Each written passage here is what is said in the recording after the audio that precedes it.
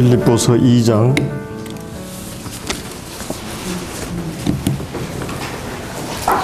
12, 13, 14절 함께 읽겠습니다. 자, 시작.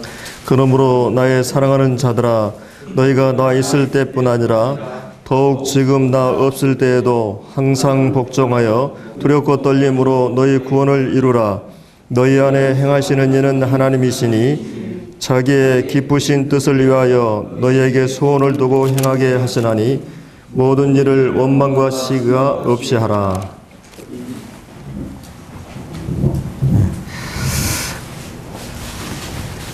오늘은 이 본문을 가지고 같이 말씀을 나누겠습니다. 여기 이제 12절, 14절의 말씀은 그 12절에 보면은 항상 복종하여 두렵고 떨림으로 너희 구원을 이루라. 이제 이 말씀이 그 주제가 되겠습니다. 너희 구원을 이루라. 물론 이제 우리가 이 말씀으로 인해서 그 많은 그 오해들이 이제 발생하죠. 우리가 이미 구원 받았는데 또 무슨 구원을 이루라고 하는가, 이런 그 의문을 갖게 되는데, 이것은 그 잘못 이 본문을 해석하다 보면 이제 어떤 그런 그 율법주의적인 구원을 어떤 우리의 선행이나 노력으로 이렇게 노력을 통해서 얻는 것으로 오해할 수 있습니다. 그래서 많은 그 잘못된 사람들이 우리가 마치 하나님 율법을 지키고 선행을 해서 구원을 받은 걸로 이 말씀을 이제 오용할 수도 있고요. 그다음에 이제 또 어떤 경우는 이 말씀을 여러 가지로 이제 잘못 해석을 해서 이제 구원받은 성도들이 또 이제 구원을 이루어가는 과정에서 어떤 문제가 발생하냐면, 구원받은 성도들이 하나님의 은혜와 사랑의 힘으로 신앙생활하는 게 아니라 또 자기의 어떤 힘으로 또 신앙생활을 하려고 하는 부분이 있습니다. 여기도 이제 위험이 있는 거죠. 신앙생활하는 과정에서 율법주의적인 그런 태도를 가질 수 있거든요. 그래서 단순히 어떤 행위를 가지고 행위라는 잣대로 이제 강조하는데, 사실은 신앙이라고 하는 것은 이 마음의 믿음이나 사랑이나 소망에 관한 것들이 마음에 일어나지 않으면 사실은 우리의 행동은 일어날 수가 없거든요. 그렇기 때문에 이 마음의 문제가 중요하고, 하나님의 말씀을 통해서 내가 하나님을 사랑하고 믿음이나 소망 이런 것이 이루어질 때 또 성령 안에서 이렇게 신앙생활을 하는 거거든요. 단순히 어떤 행위만 가지고 우리가 신앙생활을 하는 게 아닙니다. 이제 그러니까 여기서 잘못되다 보면 구원받은 성도도 자기 어떤 힘으로만 신앙생활을 하려고 하는, 이것도 불가능하거든요. 그러니까 이런 구원받지 않은 사람이 말씀을 지키고 내 노력이나 힘으로 신앙생활을 하려고 구원받으려고 하는, 이것도 잘못된 거지만, 이미 구원받은 성도들이 자기의 어떤 힘으로만 신앙생활을 하려고 하는 것도 위험하다고 하는 거죠. 이 두 가지 위험이 이제 이 말씀 가지고 이제 일어날 수가 있는데, 이제 우리가 오늘 이 본문의 이 말씀은 이미 우리가 얻은 구원이 있어요. 우리는 죄로부터 구원받고 이 세상으로부터, 마귀로부터 우리는 완전히 구원을 받아서 이제 하나님의 그리스도 아니라고 하는 영역에 있고, 또 우리는 이제 죄인이 아니고 의인이고, 또 우리는 그 세상에 처져 있지 않고 하나님의 통치를 받는 이런 전혀 다른 영역이 있습니다. 성령 안에 이제 행하게 되는 거죠. 자, 그러면 여기서 이제 구원을 이루라는 말은 이 구원이라고 하는 것은 완성을 향해서 가는 것입니다. 이제 이미 여러분이 단번에 구원을 얻었지만은 하나의 우리 완성을 향해서 가고 있기 때문에 그 완성을 향해서 이루어야 될 구원이 있어요. 그게 바로 이제 우리가 영적으로 구원받았지만 아직도 어린아이는 완전한 인간이에요. 모든 인간의 기능이 완벽하게 있죠. 그러나 이 어린아이는 성장해야 되는 과제가 있습니다. 여기서 이제 얘기하고 있는 이 구원이라고 하는 것은 영적으로 이제 성장할 것에 대한, 이제 무르익을 것에 대한, 그리고 궁극적으로 주님이 오실 때 주님의 모습으로 닮아갈 것에 대한 말씀을 하고 있는 거죠. 그래서 우리 이제 주변에 가끔 몸은 이제 큰데 마음이, 정신이 성장하지 않은 지체 장애인이나 이런 사람 보죠. 가끔 우리도 이제 어떤 형제들 보면은 이 사람은 큰 성인인데도 뭔가 행동이나 어떤 일을 처리하지 못하고 이런 것들을 이제 우리가 주변에서 보게 되는데, 또 어떤 경우는 이제 이 몸이 크지 않는 이것은 참 부모들에게 이 고통이 되는 거죠. 그래서 하나님께서 가장 이 마음이 아파하시고 힘들어하신 부분이 바로 우리가 거듭났는데도 그의 인격이나 성품이 전혀 성숙하지 않은 이것이 하나님의 가장 큰 마음이 아파하시는 부분이라고 하는 것이죠. 그래서 이제 여기 가끔 여러분들이 아파트를 짓다가 중도한 그 흉물스러운 그런 건축물을 볼 때가 있습니다. 짓다가 그냥 중단한 거죠. 부도가 나가지고.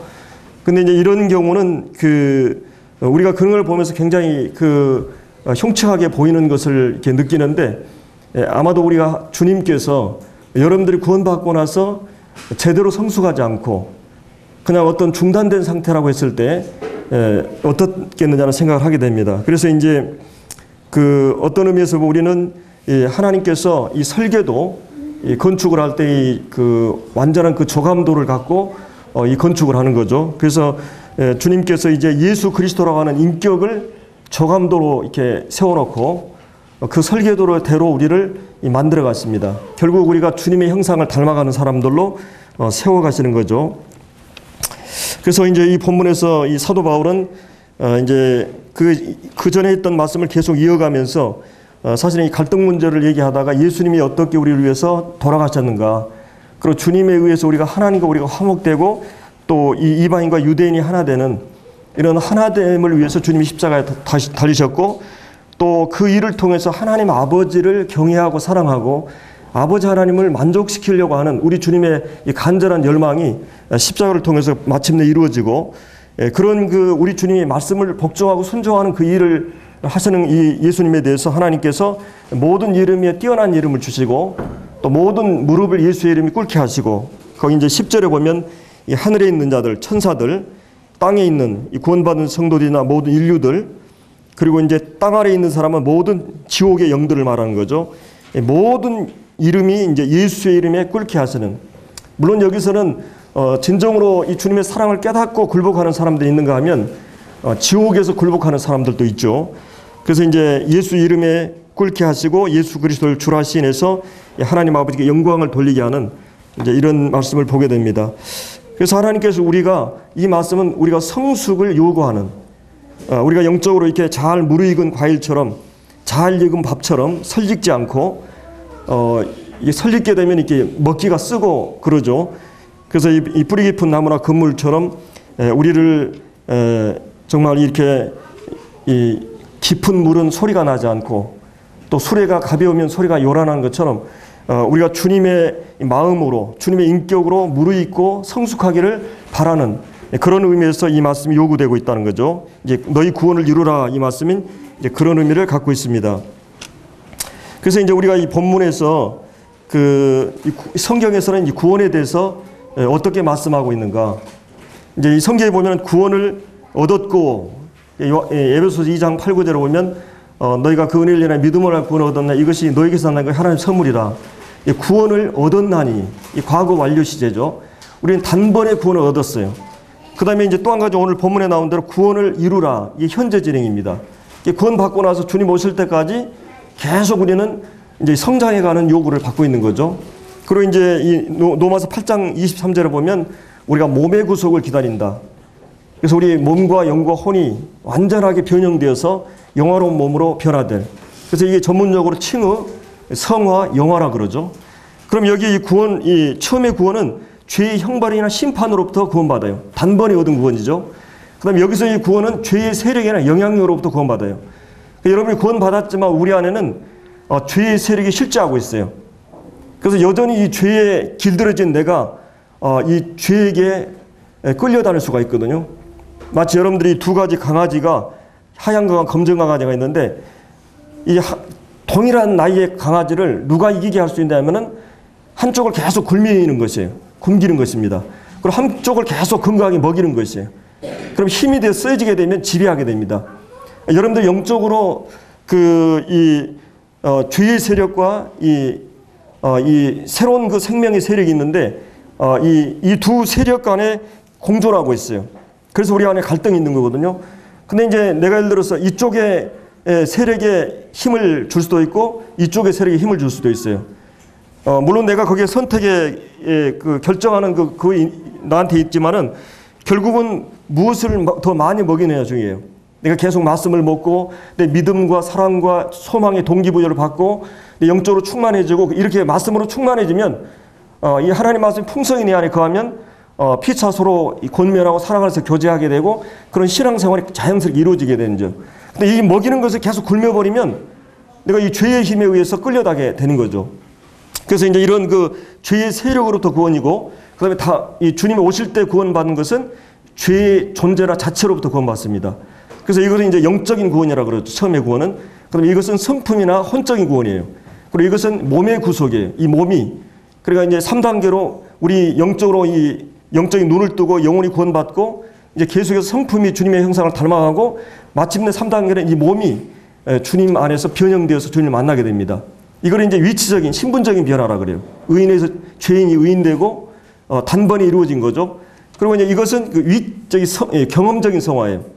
계속 경험 속에서 주님을 닮아가는 거죠. 그러니 이거는 궁극적인 성화예요. 완성적인 성화라 그러죠. 그래서 우리가 이 성경 전체를 통해서 그러니까 우리가 성경 하나를 해석해도 지금 뭘 알아야 돼요? 성경 전체라는 문맥에서 이 본문을 해석해야 돼요. 이 성경의 가장 중요한 해석의 원리는 이 본문의 문맥을 따라 해석하는 겁니다. 이 단어의 의미가 이 문맥에서 누구를 얘기하는가? 그럼 지금 여기서 너희라고 하는 사람은 불신자요, 신자예요? 예, 신자입니다. 이 빌립보서 전체가 신자를 향해서 기록하고 있어요. 그러니까 여기에서 얘기하고 있는 대상이 누구인가? 그리고 어떤 주제를 다루고 있는가? 그래서 이 부분의 문맥에 대한 정확한 이해가 필요하고 그 다음에 이런 본문을 해석할 때는 성경 전체라고 하는 이 경맥이라고 그러죠. 성경 전체라는 맥락에서 이 본문을 해석해야 돼요. 성경 전체라는 종합적인 교리를 이해하지 못하면 이 본문을 해석하는 데 혼동을 가져옵니다.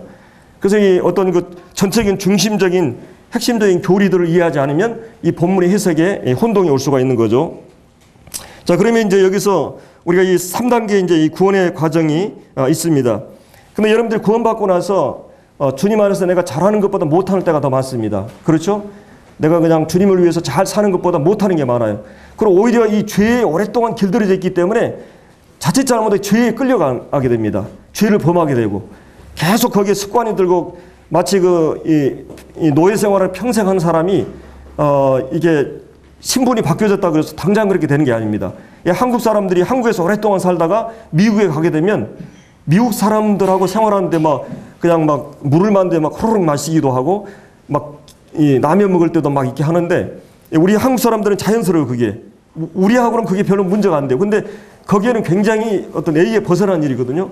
그러니까 이런 젖어 있는 습관이라고 하는 것이 거기서 이제 탈락하기가 힘들죠. 근데 계속 내가 그것을 상기하면서 계속 그렇게 노력하게 되면 자연스럽게 그것이 이제 이루어지는 걸 볼 수 있어요. 내 신분이 누구라고 하는 걸 항상 인식해야 돼요. 성경에서 얘기하는 어떤 행동을 다룰 때는 성경은 내가 누구인가를 항상 정체성이나 신분을 얘기합니다. 네가 학생이지 않느냐, 네가 남자이지 않느냐, 네가 한국 사람이지 않느냐, 네 신분이 누구냐, 네 신분을 계속 상기함으로써 그렇게 행동하도록. 성경은 물론 이 성령을 따라 또 사랑을 따라 많은 걸 동기부여를 합니다. 우리가 어떻게 행동하느냐 문제는 이게 세상 윤리하고 전혀 달라요. 그럼 가장 중요한 것은 내가 의인이라고 하는 것이에요. 예수 그리스도 피로 말미암아 완전히 달라진 의인의 정체성을 갖고 있기 때문에 이제 이런 그 의인으로서 어떻게 행동할 것을 성경은 말하고 있습니다. 그래서 이제 여기서 이제 우리가 이 주님 안에서 구원받고 나서 잘하는 것보다 못하는 게 더 많아요. 마치 이것은 어린아이가 처음 걸음마를 걸을 때 일반적으로 한 1,500번 정도 실패를 한다 그래요. 근데 어린아이가 거기서 포기합니까? 그렇지 않아요. 결국은 어떻게 됩니까? 이제 조금씩 조금씩 걷게 됩니다. 그 1,500번의 실패를 통해서 걸음마를 익히는 거예요. 우리가 어떤 그 성화의 과정에서 내가 분노하고 화를 내는 문제, 거짓말하지 않는 문제, 그 다음에 어떤 그 언어를 소금으로 고르게 하는 문제, 모든 문제도 하루아침에 단번에 이루어지지 않아요.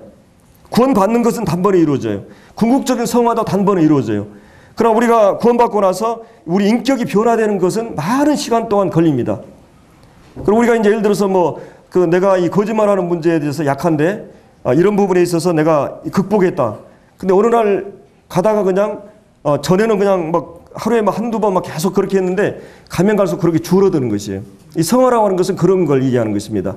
그래서 조금씩 우리가 이렇게 변화되어 가는 것을 이제 말하는데, 우리가 이제 오늘 본문에서는 이 성화 부분을 12절, 13절에서 이 핵심적으로 이렇게 다루고 있죠. 근데 이제 우리가 이 가까운 이 서신서를 보더라도 갈라디아서 같은 경우는 이 5장, 6장에서 성화 문제를 다뤄요. 이 갈라디아 1장, 2장은 이 사도 바울이 하나님이 왜 나를 부르셨는가, 개인적인 하나님 부르심에 대한 부분을 얘기하고 3, 4장에서 교리를 얘기합니다. 하나님 우리가 어떻게 구원받았는가, 이 율법에서 우리가 구원받은 거 얘기하고 5장, 6장에서 우리가 어떻게 삶을 살아야 되냐는 문제를, 성화 문제를 다뤄요. 이 에베소서 같은 경우는 1장부터 3장까지 교리 문제를 다뤄요.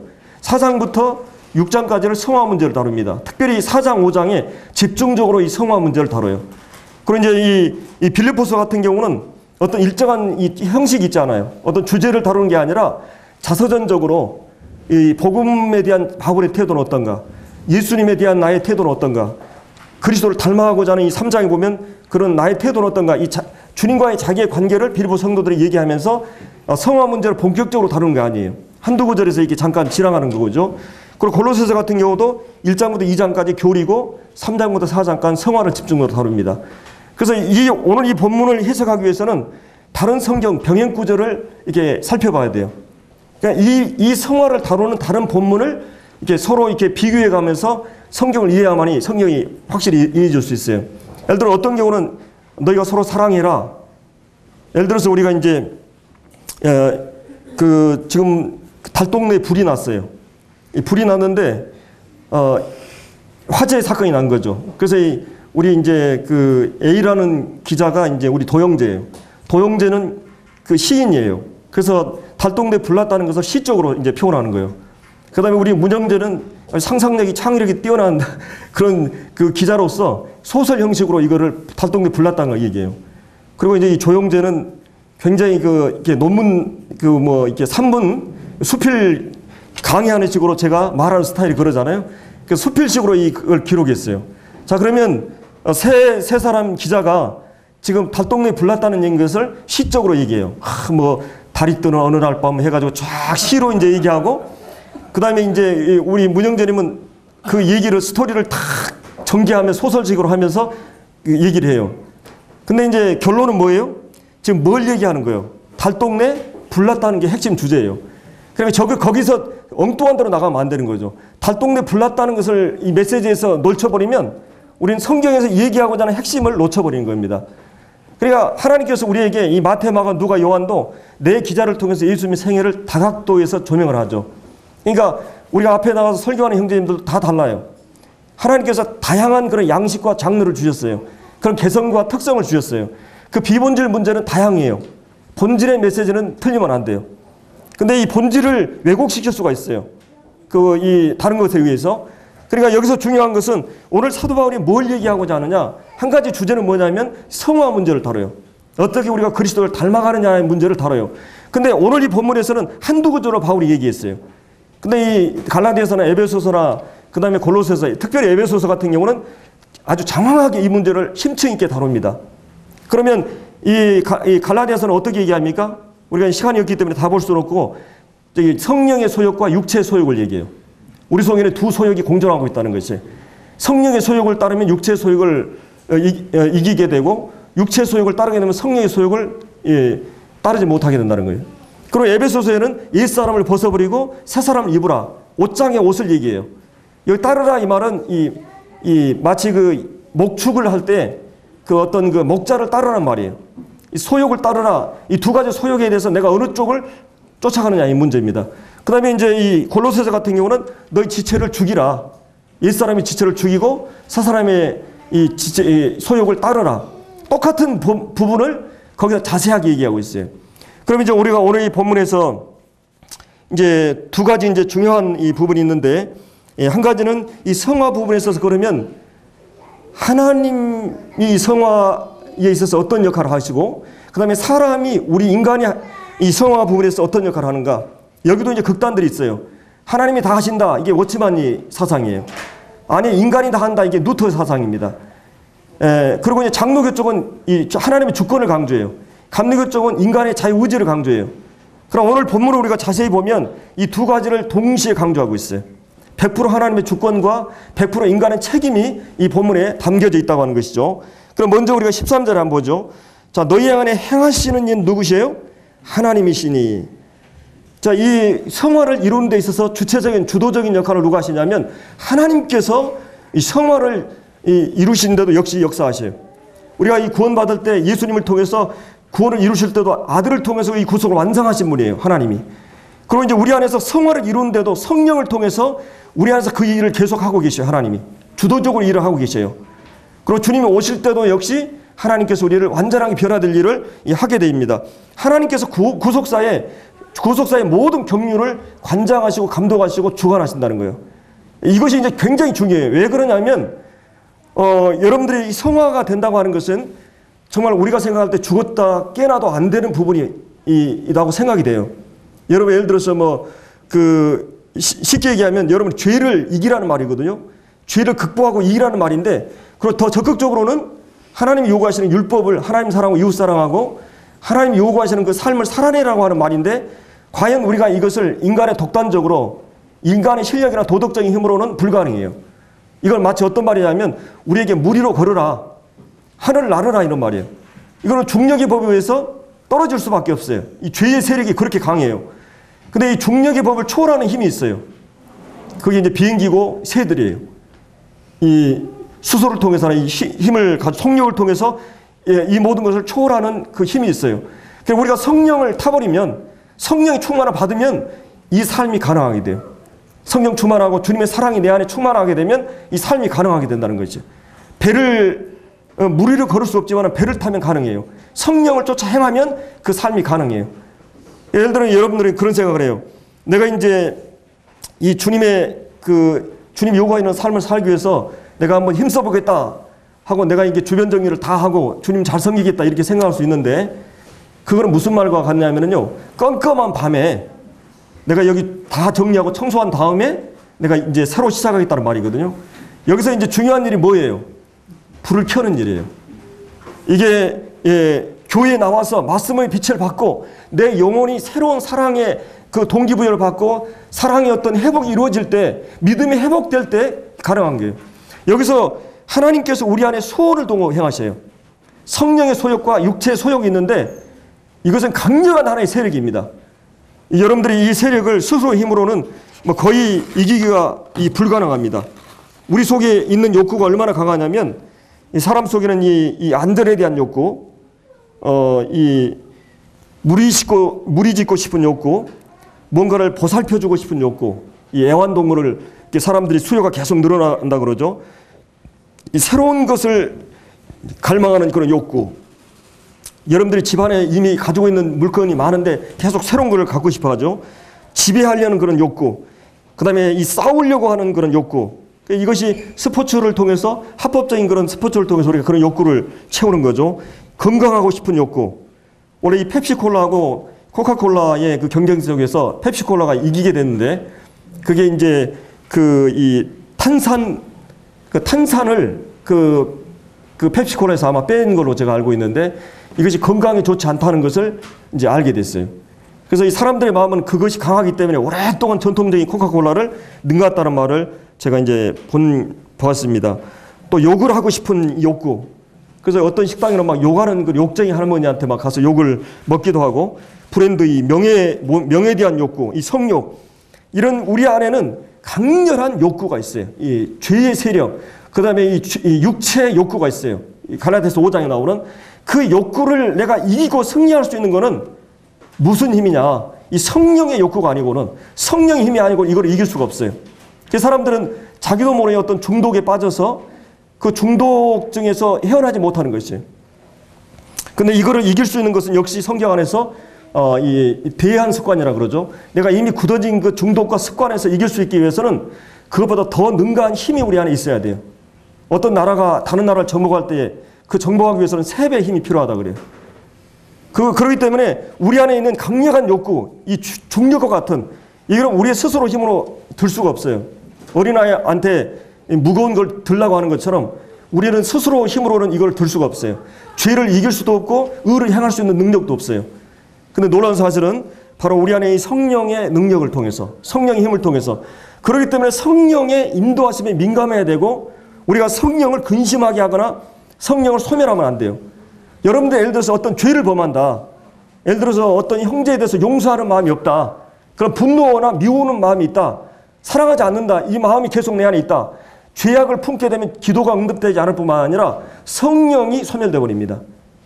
그러니까 이제 에베소서 이 4장에서 보면 성화 문제를 다루면서 이제 옛사람을 벗어버려 새 사람을 입으라 이 말하면서 거짓말을 하지 말고 참된 말을 하라. 너희가 지체가 된다. 분을 내지 말고 해가 지도록 붐을 펀지 말라. 그리고 이제 쭉 그 문제를 목록을 얘기해요. 그 다음에 도둑질 하지 말라. 여러분이 뭐 도둑질 하지 않았다고 하니까 내가 꼭 훔친 거 그것만 얘기하는 게 아니에요. 여러분 시간과 물질과 내 모든 관리하는 데 있어서 과연 그렇게 하는가. 이 회사의 어떤 것들을 공적인 것을 내가 개인적으로 사용하는 것도 이 도둑질이에요. 성경적으로 보면. 그러니까 우리는 도둑질에 대한 문제, 그 다음에 이제 어떤 언어 사용에 대한 문제, 뭐 이 나쁜 얘기라든지 이런 은혜로 하듯 소금으로 고르게 하듯 하는 이 언어 사용에 대한 문제, 용서하지 않는 문제, 이런 모든 문제가 성령을 근심하게 한다고 말하고 있어요. 그러니까 내가 그 죄를 범하게 되면 내가 그냥 화를 부려버리고 욕설을 해버리고 거짓말 해버리고 내 편의대로 내 편하도록 육신에 편하도록 할 수가 있어요. 그렇게 하면 반드시 성령이 근심하고 소멸되어 버립니다. 성령이 소멸된다는 것은 성령이 우리를 떠나지 않아요.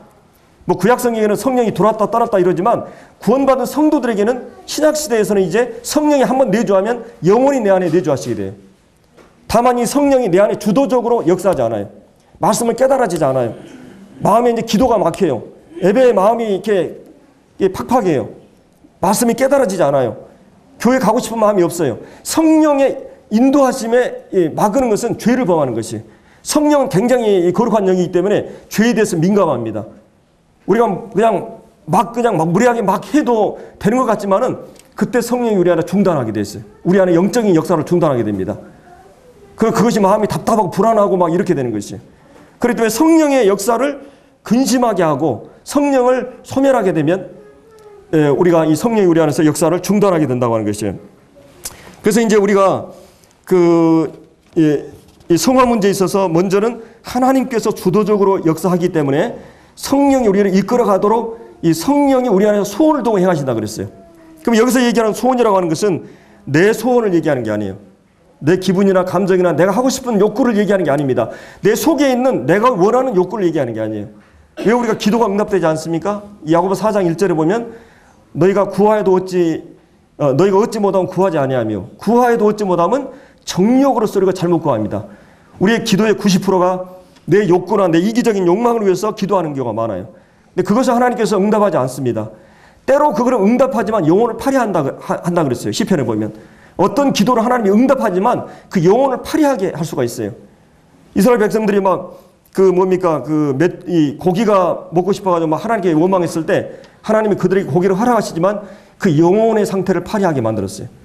그러니까 때때로 우리가 하나님 앞에서 하나님이 최선의 그 것들을 허락하시고 인도하시는데도 그에 대해서 내 욕구에 따라서 어떤 걸 요구했을 때 그 욕구를 하나님이 응답하지 않을 경우도 있고 간혹 응답하지만 예를 들어 여러분이 하나님이 돈 좀 많이 벌게 해달라고 기도했는데 내가 그거를 관리할 수 있는 능력이 없다고 하면 어떻게 돼요?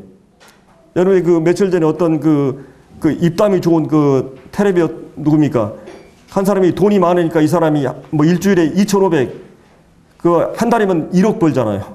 돈이 너무나 넘쳐나니까 이 사람이 뭐 어려운 사람 가서 도와주고 이런 게 아니라 어떤 생각이 드냐면 이제 여기 정선에 카지노 가서 하고 여기 만족 못하게 필리핀 가서 하다가 거기서 돈 잃어가지고 체포돼가지고 그런 사건이 있었죠. 돈이 너무나 많으면 사람은 감당을 못해요. 타락해버립니다. 시간이 많고 돈이 많으면 인간은 타락이 돼 있어요. 그래서 그렇기 때문에 하나님께서 우리에게 일하도록 말씀하신 거예요. 내 가정에 대해서 가정을 꾸리고 이런 모든 것에 대해서 하나님께서 그렇게 말씀하시는 겁니다. 우리가 그렇게 지킬 수 있는 능력이 안 돼요. 이런 연약이 우리에게 있는 것입니다. 그래서 이제 여기 이제 이 말씀 가운데 하나님께서 주도적으로 이 성화를 이루시는데 일하시는 거예요. 그래서 하나님께서 내 소원이 아니라 여기는 누구예요? 하나님의 자기의 기쁘신 뜻을 위하여. 하나님의 기쁘신 뜻이에요. 하나님께서 목적하신 뜻이에요. 그 하나님의 뜻이 무엇이겠어요? 물론 여러 가지 있겠지만 아까 얘기했듯이 우리가 죄를 이기고 승리하는 것입니다. 죄를 이기고 승리하는 것. 그다음에 적극적으로는 이제 하나님 앞에서 의를 행하는 것입니다. 그리고 하나님 앞에서 하나님의 성품을, 주님의 성품을 닮아가게 하는 것이에요. 소극적으로는, 그리고 적극적으로는 이런 일이 있어요. 그래서 에베소서 1장에서는 1장 19절에서 믿는 우리에게 베푸신 능력이 지극히 크심이 어떤 것을 깨달아 알도록 기도해요. 그러니까 능력을 달라고 기도한 게 아니라 이 하나님 믿는 자 안에 역사하시는 능력이 지극히 크심이 어떤 것을 깨달아 알도록 기도해요. 다른 말로 하면 이것은 허물과 죄로 죽었던 우리를 살리신 그 능력이 내 안에 실제하고 있음을 깨달아 버린 것이죠. 성령이 내 안에 있어요. 그 성령님이 예수님을 살리시는, 부활하게 하는 그 능력을 갖고 계신 분이, 하나님의 능력이, 하나님이 내 안에 함께하고 계시다는 것이.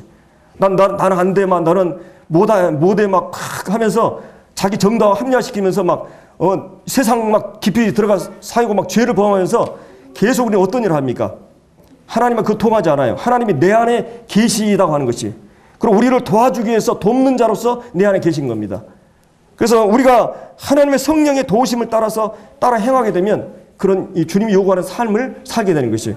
하나님께서 우리 안에서 행하고 계신다. 이거를 우리는 기억해야 됩니다. 너희 안에 행하시는 일은 하나님이시다. 근데 우리 안에서 무슨 소욕이 있어요? 14절에 보면 이 원망과 시비, 이게 바로 육체의 욕구예요. 옛사람의 욕구예요. 우리는 이게 사랑이 식어지거나 믿음이 식어질 때 즉각적으로 이 원망이 우리 안에서 일어나게 되는 것입니다. 여러분이 구약 이스라엘 백성들을 보면 처음에 애굽에서 구원받아요. 광야 생활 40년하고 가나안 땅 하죠.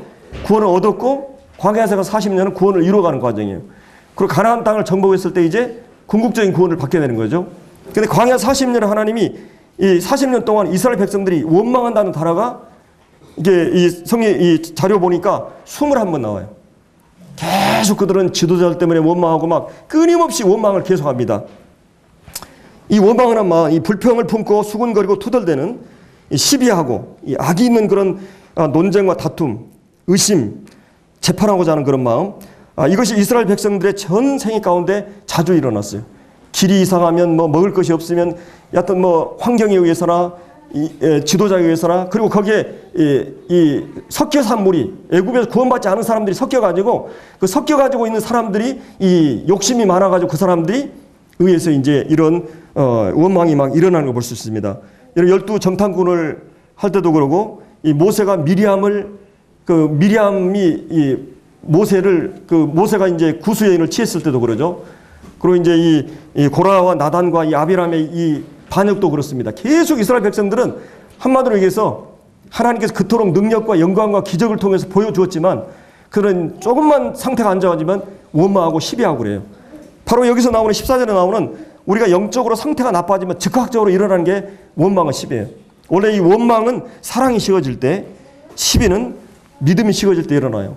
서로 이 부부들이 결혼해서 사랑이 딱 바닥이 나고 식어지면 그때부터 이제 이 아담과 하와가 너라고 하는 말을 언제부터 했어요? 자기 그러다가 너 그렇게 하는 것은 사랑이 식을 때, 죄가 들어올 때 그렇게 되는 것을 우리가 이제 말씀에서 볼 수가 있습니다.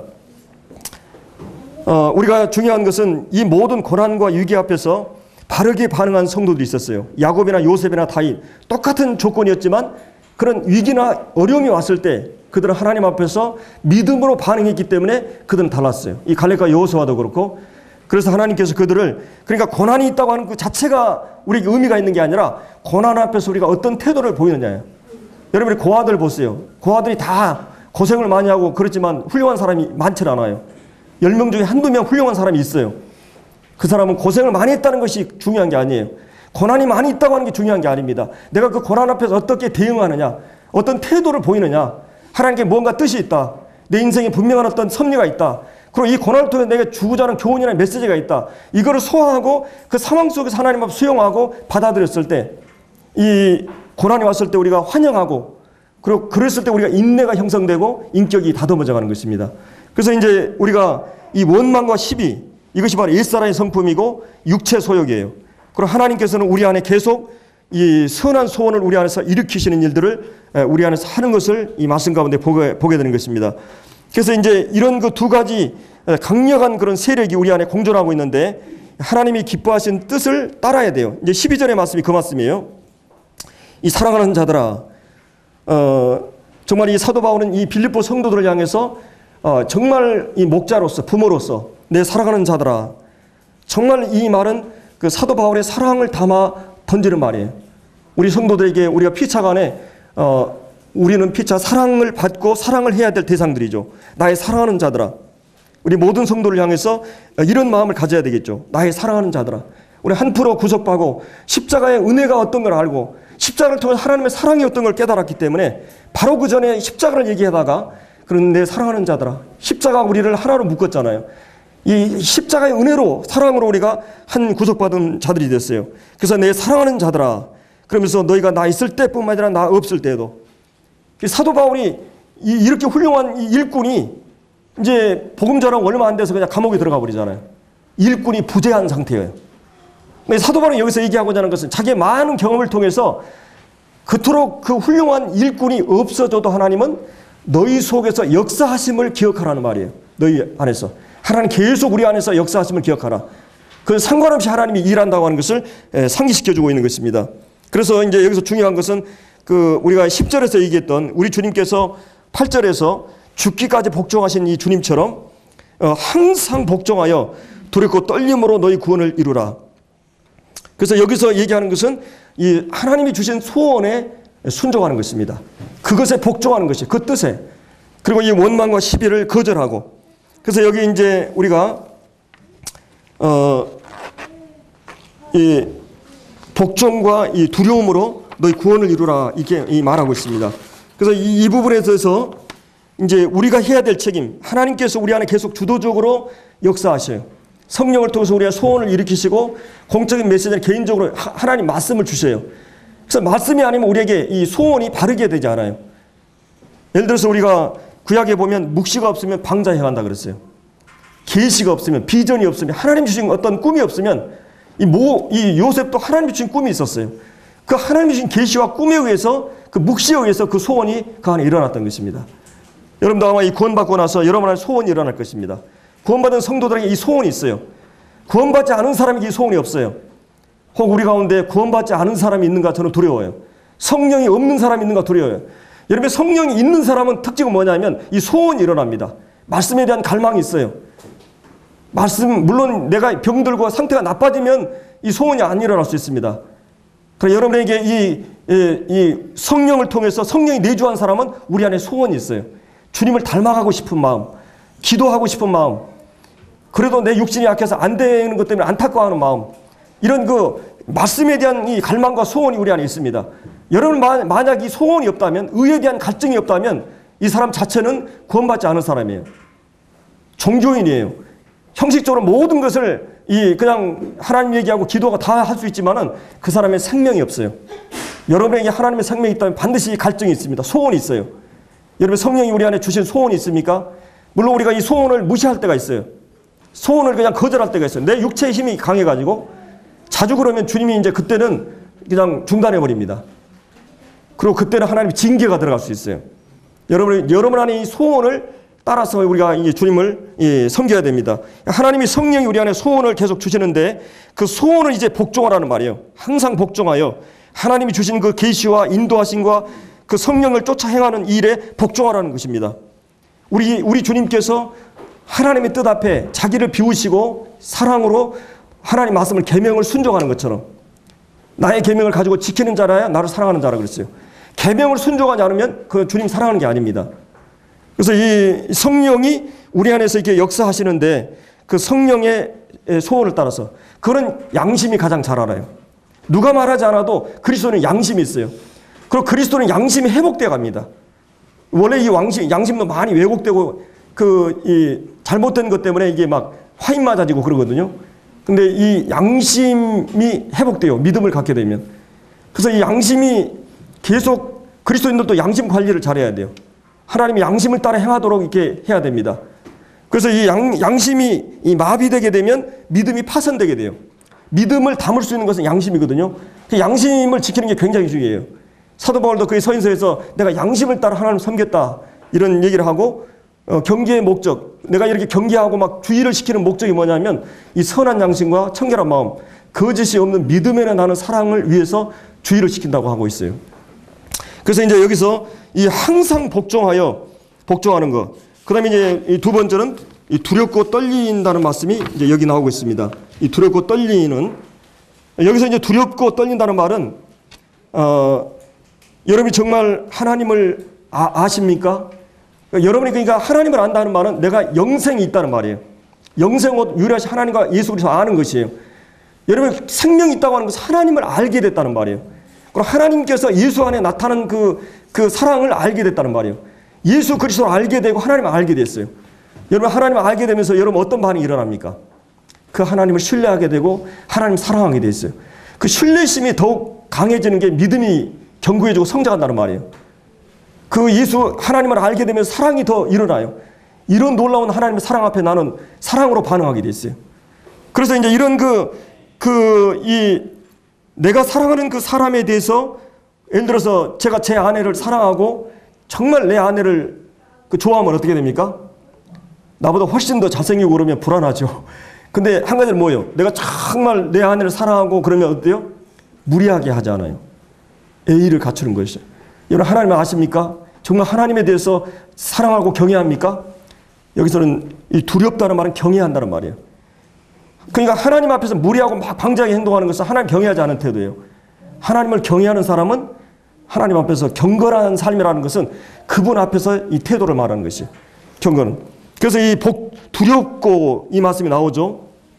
그래서 이제 이 사람들이 아무리 이게 주먹을 쓰고 막 조폭 이런 사람들도 예를 들어서 가족을, 당신 부모를 내가 이게 잡고 있다, 막 예를 들어서 자기 아내를, 자식을 하면 꼼짝을 못 해요.